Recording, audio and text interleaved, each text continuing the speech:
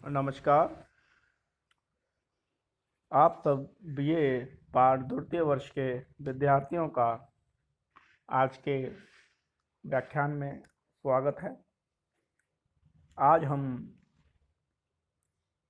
हमारा जो पाठ्यक्रम है प्रथम पेपर का, उसकी तीसरी यूनिट के अवधारणाओं पर चर्चा करेंगे। हमारी जो अवधारणा है तीसरे यूनिट की, वह है निदर्शन। अंग्रेजी में हम इसे सैम्पलिंग के नाम से भी जानते हैं और यह हमारी महत्वपूर्ण अवधारणा सामाजिक अनुसंधान के अंतर्गत होती है। सामाजिक अनुसंधान की प्रक्रिया का जो चरण है, जो तीसरा चरण है, उसे हम निदर्शन के नाम से जानते हैं। जो चौथे चरण है, उसे हम निदर्शन के नाम से जानते हैं। इस के संदर्भ में मैं पूर्व के व्याख्यान में जब सामाजिक अनुसंधान की प्रक्रिया के चरणों की बात कर रहा था, उस समय मेरे द्वारा संक्षिप्त में निदर्शन की जानकारी आपको दी गई थी।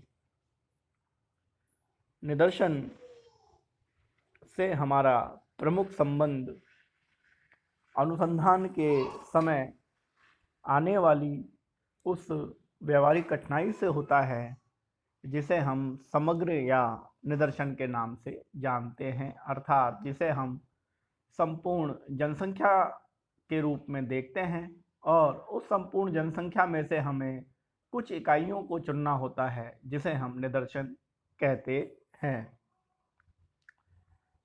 किसी भी संपूर्ण जनसंख्या या समग्र के एक भाग का अध्ययन हेतु चयन किए जाने की प्रक्रिया, जिससे हम संपूर्ण जनसंख्या या समग्र के बारे में उचित निष्कर्ष निकाल सकें, को हम निदर्शन के नाम से जानते हैं। निदर्शन का जो पहला प्रयोग है वह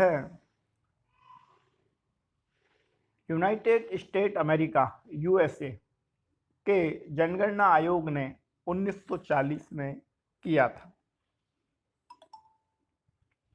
कई बार ये प्रश्न प्रतियोगिता परीक्षाओं में साक्षात्कार में पूछा गया कि निदर्शन का सर्वप्रथम प्रयोग कहाँ हुआ, तो इसका सही जो उत्तर है वह यही है कि संयुक्त राज्य अमेरिका के जनगणना आयोग ने 1940 में इसका प्रथम उपयोग किया। दूसरा जो प्रश्न साक्षात्कार में या प्रतियोगिता परीक्षाओं में पूछा जाता है वह है निदर्शन के जनक कौन है। निदर्शन के जनक कौन हैं? तो ए.एल. बाउले को हम निदर्शन के जनक के रूप में जानते हैं। बाउले ने इंग्लैंड के कुछ परिवारों का अध्ययन इस पद्धति के आधार पर किया और 20 परिवारों के एक समूह में से एक परिवार का अध्ययन कर इस पद्धति को लागू किया सामाजिक अनुसंधानों में। चार्ल्स बूथ के निष्कर्ष और बी.एस. माउंटेन के द्वारा किए गए निष्कर्ष समान थे, जिन्होंने अधिक विशाल पैमाने पर निदर्शन पर काम किया। अर्थात बाउले का जो काम था वह काम चार्ल्स बूथ और बी.एस. माउंटेन के द्वारा किए गए अध्ययनों के निष्कर्ष समान थे, लेकिन चार्ल्स बूथ और बी.एस. माउंटेन ने अधिक विशाल पैमाने पर इकाइयों का अध्ययन किया, जबकि बाउले ने कम इकाइयों का अध्ययन किया। और जब निष्कर्ष समान देखे तो यह निदर्शन की पद्धति सामाजिक अनुसंधानों में लोकप्रिय हो गई। पिछले 3 से 4 दशकों में निदर्शन पद्धति सामाजिक अनुसंधान में बहुत महत्वपूर्ण रूप से स्थापित हुई है। ये सब निदर्शन के अभी जो मैं चर्चा कर रहा था वह निदर्शन के ऐतिहासिक विकास की थी।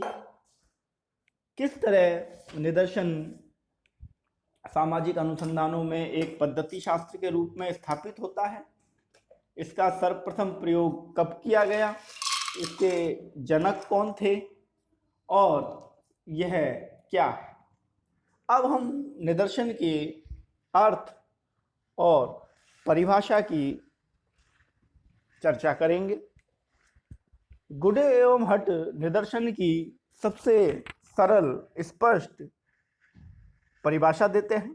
वो कहते हैं कि एक निदर्शन, जैसा कि इसके नाम से स्पष्ट है कि किसी विशाल संपूर्ण का छोटा प्रतिनिधि है, अर्थात किसी भी संपूर्ण से कुछ भागों को लेना निदर्शन है। यह गुडे एवं हट की सबसे सरल परिभाषा है। इसके अतिरिक्त पीवी यंग के अनुसार एक सांख्यिकी निदर्शन उस संपूर्ण समूह अथवा संलग्न का सूक्ष्म चित्र या प्रारूप है जिसमें से निदर्शन लिया गया है। अब मैं आपको एक उदाहरण के माध्यम से निदर्शन को समझाऊंगा। जब हम कोई वस्तु का चयन करने जाते हैं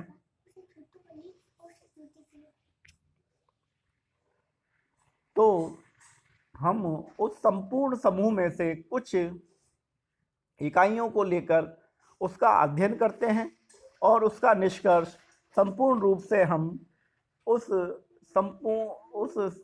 पूरी सामग्री पे लगाते हैं। उदाहरण के लिए रसोई में यदि चावल पक गए हैं अथवा नहीं पके हैं तो संपूर्ण चावल के बर्तन में से कुछ चावलों को देखकर जब हम ये अनुमान लगाते हैं कि चावल पक गए हैं अथवा नहीं पके हैं, उसी अर्थात जब हम बाज़ार में हलवाई की दुकान पे कोई चीज़ खरीदने जाते हैं तो उस चीज़ की शुद्धता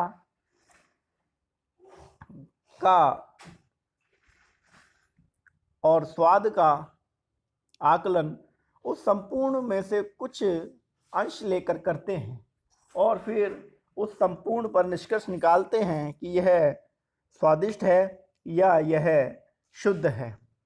इसी तरह निदर्शन भी संपूर्ण जनसंख्या में से कुछ इकाइयों का चयन करने के पश्चात उनका अध्ययन करता है और वो जो निष्कर्ष हैं वह संपूर्ण जनसंख्या पर लागू किए जाते हैं। ये थी निदर्शन की सामान्य परिभाषा। आपको ये दो उदाहरण मेरे द्वारा दी गए हैं, इनसे इसका अर्थ समझ में आ रहा होगा। अब हम आगे निदर्शन की चुनाव विधि पर चर्चा करेंगे। निदर्शन में सर्वप्रथम हमें पहला जो चुनाव विधि है वह समग्र के निर्धारण की होती है, अर्थात जिस समूह या क्षेत्र से निदर्शन का चुनाव किया जाता है वह समग्र कहलाता है। निदर्शन निकालने का सर्वप्रथम चरण यही है कि समग्र को तय किया जाए। समग्र दो प्रकार के होते हैं, एक निश्चित समग्र और दूसरा अनिश्चित समग्र। निश्चित समग्र के अंतर्गत संपूर्ण इकाइयों का विवरण हमारे पास होता है और अनिश्चित समग्र के अंतर्गत संपूर्ण बीमारियों का संपूर्ण इकाइयों का विवरण सामाजिक अनुसंधानकर्ता के पास नहीं होता है। दूसरा जो निदर्शन चुनाव में हमें कार्य करना पड़ता है वह है निदर्शन की इकाइयों का निर्धारण, अर्थात समग्र में से हमें कितनी इकाइयों को सामाजिक अनुसंधान के लिए चयन करना होता है। और उदाहरण के लिए व्यक्ति, परिवार, समूह, व्यवसाय, निवास क्षेत्र, कुछ भी हमारी इकाइयाँ हो सकती हैं और इसमें से हमें समग्र में से हमें इस आधार पर इकाइयों का चयन करना होता है। तीसरा जो हमारा चुनाव में विधि है वह है स्रोत सूची, अर्थात यह वह सूची है जिसमें समस्त इकाइयों के नाम होते हैं। जनगणना रिपोर्ट, टेलीफोन डायरेक्टरी, वेतन विवरण, करदाता सूची, विद्यार्थियों की सूची, अध्यापकों की सूची, यह हमारी स्रोत सूची है, अर्थात जो हमारे समग्र का निर्धारण होता है या जिससे हमें समग्र की जानकारी प्राप्त होती है या जिसमें से निदर्शन इकाइयों का चयन किया जाना है, वह जो स्रोत है वह हमारा स्रोत सूची होता है। निदर्शन में संपूर्ण इकाइयों का ज्ञान भी अनुसंधानकर्ता को होना चाहिए। उसकी निश्चित या अनिश्चित संख्या के बारे में भी अनुसंधानकर्ता को जानकारी होनी चाहिए। अगला जो चुनाव विधि का कार्य है वह है निदर्शन के आकार का निर्धारण। निदर्शन का आकार बहुत छोटा और बहुत बड़ा नहीं होना चाहिए, बल्कि यह समग्र की संख्या और समग्र की प्रकृति के अनुरूप होना चाहिए।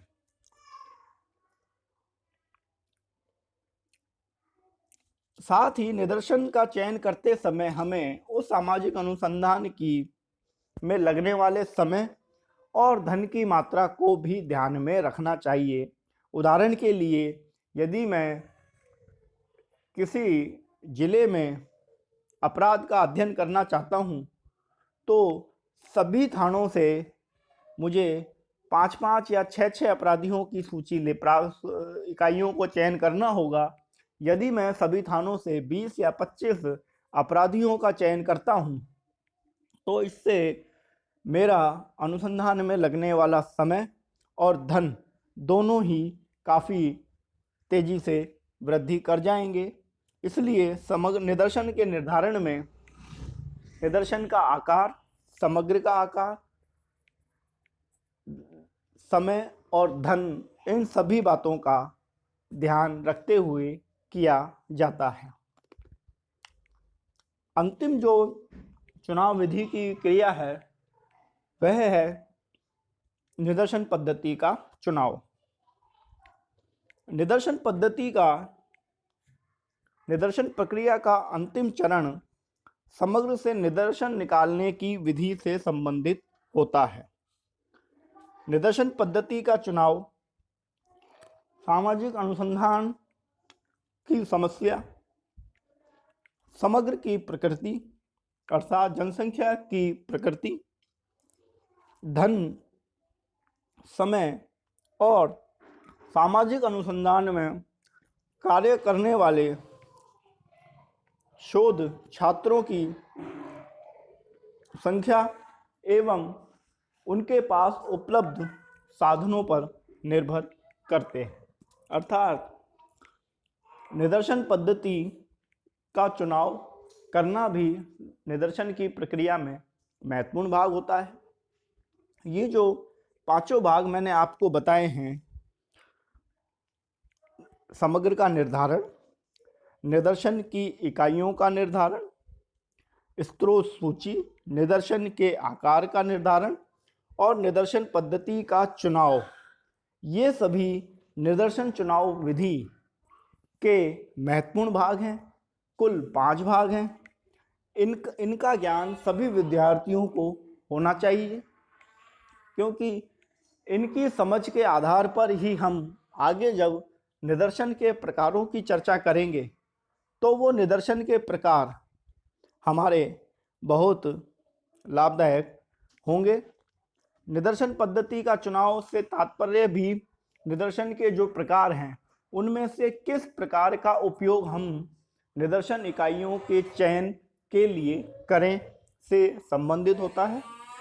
आज का जो व्याख्यान है वह मैं यहीं समाप्त करता हूँ। कल के व्याख्यान में हम निदर्शन के प्रकारों की चर्चा करेंगे। धन्यवाद।